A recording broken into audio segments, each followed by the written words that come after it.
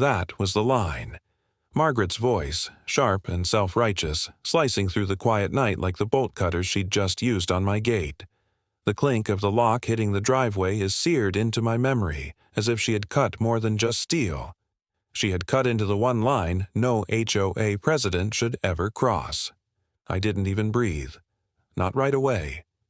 The streetlight painted her silhouette in cold gold, hair perfectly coiffed, robe tied like armor, pearls glinting at her throat as if they gave her authority.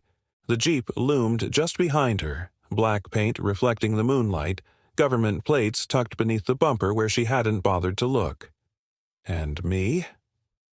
I stood just inside the shadow of my porch, watching the neighborhood queen crown herself sheriff. Now, let me back up. Because this wasn't just about a Jeep, it was about power, appearances, and Margaret's never-ending obsession with control. For weeks, I'd been getting letters from the HOA. Not typed out by a lawyer, mind you, but by Margaret herself. The stationery smelled faintly of lavender, but the tone dripped with vinegar. Your vehicle violates Article 7, Section 3 of the Community Aesthetics Agreement, one letter declared. Another claimed the Jeep was a potential eyesore and intimidating in nature. She even threw in a line about how paramilitary-style vehicles erode neighborhood harmony. I ignored them at first. Everyone does. HOA letters are like junk mail, loud, annoying, and usually harmless. But Margaret doesn't take silence well. By the third note, she was hand-delivering them, clipboard in hand, waiting for me to sign as if she were serving court papers. You need to remove it from view immediately, she told me, her voice low and sharp enough to cut glass. It's parked in my driveway, I said, on my property.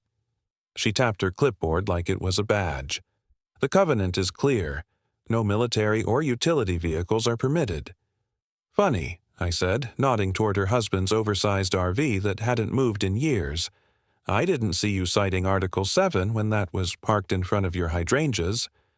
Her pearls rattled with the speed of her offended inhale.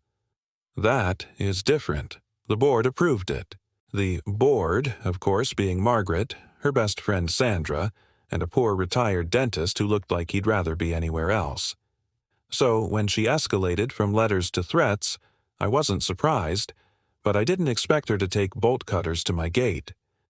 That night the air was cool, cicadas buzzing faintly in the distance. I had just poured a bourbon and stepped onto the porch when I saw her creeping up the driveway like a thief in slippers. She didn't hesitate, not even a glance around, before she crouched, pearls dangling, and snapped my lock clean in half. This vehicle, she muttered to herself loud enough for me to hear, is a violation, and violations get removed. I nearly laughed. Removed? By who? The HOA's invisible tow truck brigade? But she wasn't joking. She tugged the chain aside, smoothed her robe, and placed both hands on the Jeep's door handle like she was about to drive off into suburban victory. That's when the blinds started twitching. Across the street, old Mr. Kowalski peeked out with his binoculars. Next door, the Reynolds kids whispered from their upstairs window. It was like half the block had been waiting for the Queen to slip up. I cleared my throat. Lose something. Margaret froze. Slowly she turned, pearls catching the light, clipboard clutched against her chest like a shield. This is an official HOA matter, she declared. Funny, I said, stepping off the porch. Looks a lot like trespassing. Her jaw set, and she actually pointed the bolt cutters at me. If you refuse to comply with community regulations, the HOA is empowered to enforce them. You left me no choice. That was the moment I almost told her. Almost. Because the truth was, this wasn't just my Jeep. It wasn't just a toy or a project or a second-hand purchase. This was a federally registered vehicle assigned to an active task force. Cutting that lock wasn't just petty, it was a federal offense, but I didn't say a word. Not yet. Instead, I let her stew in her false authority, neighbors whispering in the shadows, my Jeep gleaming like a silent witness. I knew the second she put her hands on that door, everything would change. The board meetings, the letters, the clipboard threats, All of it would collapse under the weight of what she didn't know. Margaret straightened, her robe fluttering in the night air, and tightened her grip on the Jeep handle. "The board will back me," she hissed. "The rules are clear. You don't belong above them." And then, click. The sound of the door unlocking, but not by her hand. I had pressed the key fob from my pocket. The Jeep's headlights flared to life, blinding her for a moment, sending her stumbling back onto the driveway. Gasps echoed from the darkened windows around us. She covered her eyes, pearls shaking, clipboard wobbling in her hands. "You can't intimidate me," she barked, though her voice cracked just enough to betray her. I took one step closer, the headlights throwing my shadow long across the pavement. "Margaret," I said, my voice low, "you're about to find out just how wrong you are." And with that, I let the night hold its breath, neighbors watching, Margaret trembling, and the Jeep's engine rumbling to life, because this was only the beginning. "Step away from the vehicle, ma'am." The command cracked through the night like a rifle shot. Margaret froze mid-step, clipboard pressed to her chest, pearls trembling in the sudden blaze of headlights. Unmarked SUVs had poured into our cul-de-sac, engines growling, doors flung open with military precision. Agents in tactical vests fanned out, boots thudding against asphalt, radios crackling. In the space of 30 seconds, my quiet suburban street had turned into a scene from a crime drama. Neighbors pressed their faces to windows. I could almost hear the whispered commentary. Was Margaret being arrested? Had the HOA finally overstepped? Or had she been running some secret black market cul-de-sac racket all along? Nobody knew, and that uncertainty sent a thrill down my spine. The irony, of course, was delicious. For years, Margaret had ruled this neighborhood like a monarch with a gavel. Every bylaw was gospel, every architectural request scrutinized, every Christmas light display timed with military precision. And yet, here she was, caught in the glare of federal headlights, bolt cutters at her feet, trembling like a kid who'd been caught shoplifting. "Excuse me," Margaret stammered, recovering her voice just enough to sound indignant. "This is private property. You can't just storm in here without HOA approval." I nearly choked. HOA approval? The woman had federal agents circling her, and she was invoking bylaws like they were the Constitution. One of the agents, tall with a jaw carved out of stone, didn't even blink. He pulled a notebook from his vest and began scribbling. "Ma'am, did you cut this lock?" He pointed at the snapped chain still coiled in the driveway like a dead snake. Margaret straightened her robe and jutted her chin. "This vehicle was in violation of Article 7, Section 3 of our Community Covenant. As president of the HOA, I am authorized to take corrective action." Another agent crouched to inspect the lock, snapping photos. "So, you admit to property damage?" "It's not property damage when you're enforcing community standards," Margaret snapped. "We have absolute authority over all vehicles in the subdivision." Neighbors gasped audibly from their windows. Even from across the street, I could see old Mr. Kowalski's shoulders shaking with laughter. The lead agent closed his notebook and gave Margaret a look colder than the night air. "Let me be clear. The Homeowners Association has no authority over federally registered government vehicles. None." He pointed to the Jeep, now glowing under the harsh flood of tactical lights. "This vehicle is part of an active federal task force. By cutting that lock, you didn't just overstep, you committed a federal offense." Margaret's face drained of color. For once, her pearls offered no armor. She opened her mouth, but the words faltered. That can't be right. The covenant says, "The covenant," the agent cut in, his voice firm, "does not supersede federal law." The silence that followed was thick enough to taste. I swear you could feel the entire neighborhood exhale all at once. The Queen had finally been cornered, and no amount of clipboards or bylaws could save her now. Margaret clutched her clipboard tighter, as if the flimsy papers inside might shield her from reality. "You don't understand. These people," she jabbed a finger in my direction, "are bringing dangerous elements into our community. I am responsible for keeping our subdivision safe." I stepped forward, bourbon still warm in my veins, and let the porch light spill across my face. "Safe, Margaret. You cut my lock. You tried to steal my Jeep. You dragged the entire HOA into your personal vendetta. Does that sound like safety to you?" Her lips pressed into a thin line. For the first time, I saw something new in her eyes. Not just indignation, but fear.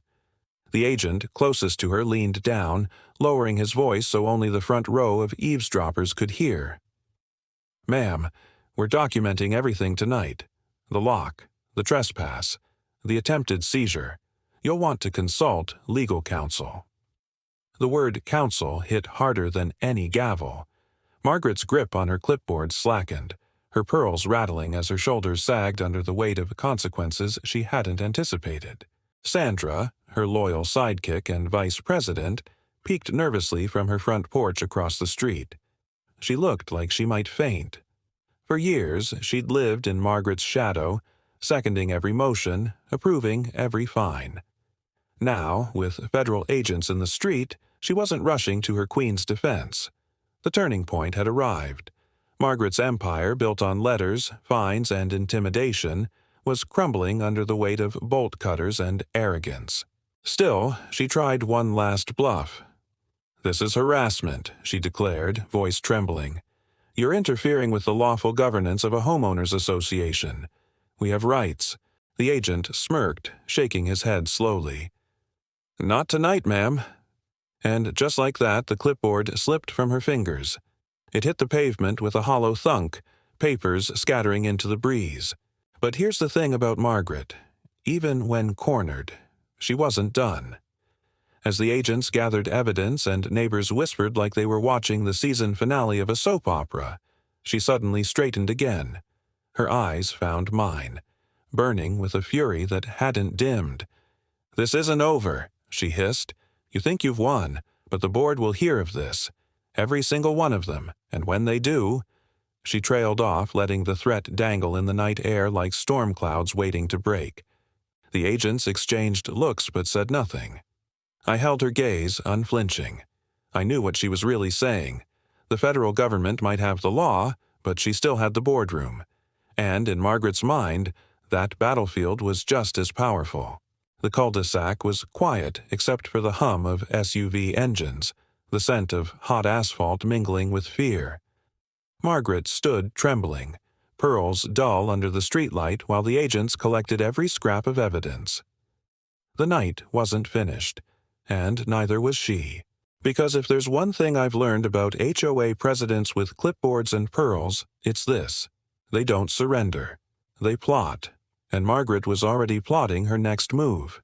Margaret's gavel split against the wooden table, the sound ricocheting through the rec center like a gunshot. Her pearls trembled with the force of her outrage as she jabbed the splintered handle in my direction. "This resident," she barked, voice trembling with both rage and fear, "has brought criminal elements into our neighborhood." The room went silent. Neighbors leaned forward in their folding chairs, the smell of burnt coffee and floor wax hanging in the air. A few stifled coughs echoed off the cinder-block walls. Somewhere in the back, old Mrs. Donnelly clutched her reusable grocery bag like it might shield her from the fallout. Everyone knew this wasn't a meeting anymore. It was an execution attempt. But here's the thing about HOA board meetings. They're usually dull enough to make you want to fake a dentist appointment. Roof colors, mailbox replacements, whether or not plastic flamingos count as yard art. Tonight, though, every seat was filled. People who hadn't set foot in a meeting for years sat wide-eyed, waiting to see whether Margaret could salvage her throne after last week's federal fiasco. I leaned back in my chair, arms crossed, letting her words hang.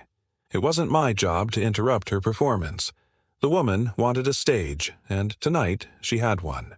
Margaret cleared her throat, regaining some of her poise. "We cannot allow vehicles tied to government operations to jeopardize the safety and harmony of our subdivision. These agencies brought tactical units into our cul-de-sac. Children witnessed it. Neighbors were terrified." A man in the front row muttered, "We were terrified of you, Margaret." Laughter rippled through the room before quickly dying under her glare. The board members sat stiffly at the long folding table beside her. Sandra, the ever-loyal vice president, looked pale, her usual nods replaced with nervous twitches. Dr. Lowell, the retired dentist, tapped his pen against a stack of bylaws, his expression one of pure regret. He looked like a man realizing too late that volunteering for light community service had turned into front-row seats at a public execution. Finally, he spoke. "Margaret, perhaps we should wait until the federal investigation concludes before assigning blame." Margaret's pearls rattled as she spun on him. "Assigning blame? This entire association is under scrutiny because of his vehicle." She stabbed the air toward me again, her broken gavel handle splintering slightly with the motion. "Do you understand the liability we're facing? Civil lawsuits, federal fines, our insurance premiums could triple." From the back row, Mr. Kowalski's gravelly voice cut in. "Our liability is standing at that podium, Margaret, bolt cutters in hand. We all saw the photos." Gasps and murmurs swirled. The agents had circulated their report quietly, but the neighbors weren't stupid. Word had spread faster than weeds in an untended lawn. Margaret slammed the gavel's broken head against the table again. Crack! The sound echoed like defiance. "I was acting under HOA authority, enforcing covenants, as is my duty. If you people care about this community, you'll stand with me." That was the turning point. Because for years, people had stood with her out of fear. Fear of fines, of letters, of being the next target of her crusades. But tonight, with federal heat simmering in the background, that fear curdled into something else. Anger. A young mother in the second row stood, clutching her toddler's stuffed bunny like a prop. "My kids weren't scared of the Jeep," she said firmly. "They were scared of men with guns on our street, and they only came because you couldn't keep your nose out of someone else's driveway." The room buzzed. Whispers swelled into chatter, chatter into mutters, mutters into sharp words. Margaret's empire was cracking faster than her gavel. Sandra tried to intervene, her voice meek. "Maybe we should table this discussion?" "No," Margaret barked. Her face flushed crimson. "If we back down now, we admit wrongdoing. And I have done nothing wrong." I leaned forward, finally breaking my silence. My voice was calm, steady, carrying just enough weight to cut through the noise. "You broke my lock. You trespassed on my property. You tried to seize a federal vehicle without authority. Those aren't my words, Margaret. They're in the incident report." The boardroom fell still. Eyes darted between us, neighbors waiting to see if the Queen would finally topple. Margaret's jaw clenched, pearls glinting under the fluorescent lights. "You think you've humiliated me," she spat. "But this community needs order.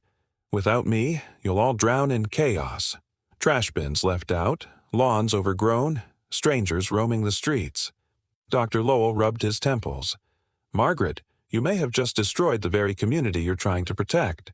Her hand trembled as she raised the splintered gavel one last time. For a heartbeat, I thought she might actually hurl it across the room.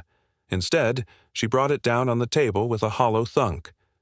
"This meeting is adjourned," she snapped. But nobody moved. Neighbors exchanged looks, muttering under their breath. Sandra gathered her papers with shaky hands. Dr. Lowell sighed heavily. And Margaret, pearls rattling with each shallow breath, stood rigid at the podium, queen of a kingdom slipping through her fingers. As people shuffled out, the whispers grew louder. Words like lawsuit, resignation, and criminal charges floated in the air, heavy as storm clouds. And through it all, Margaret's eyes never left mine. Cold, defiant, unbroken. She wanted me to know this wasn't finished, that she still had one last card to play. And as the fluorescent lights buzzed overhead and the smell of burnt coffee lingered, I realized something. The real fallout hadn't even begun.